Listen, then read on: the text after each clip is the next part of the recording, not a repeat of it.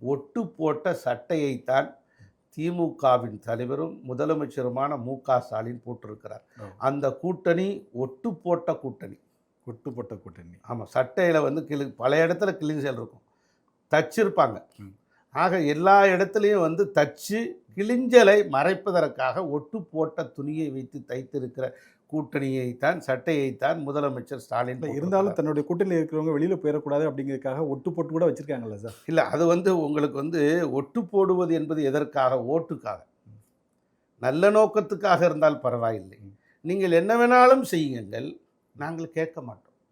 இது எவ்வளோ பெரிய ஜனநாயக விரோதம்? What you mean by the democracy? ஜனநாயகம் என்பது என்ன? ஒரு சர்வாதிகார போக்கை தலைதூக்க விடாமல் தடுத்து வீழ்த்துவதே ஒரு ஜனநாயகம்.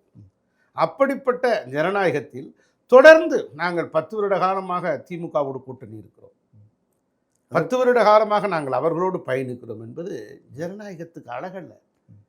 நீங்கள் செயலாளர் பேசும்போது கூட சொல்லியிருந்தாரு, கம்யூனிஸ்ட் கட்சிகளுக்கான அந்த இயல்பான போர்க்குணம் மாறிடுச்சு, அவங்க மக்களுக்காக போராடவே இல்லை.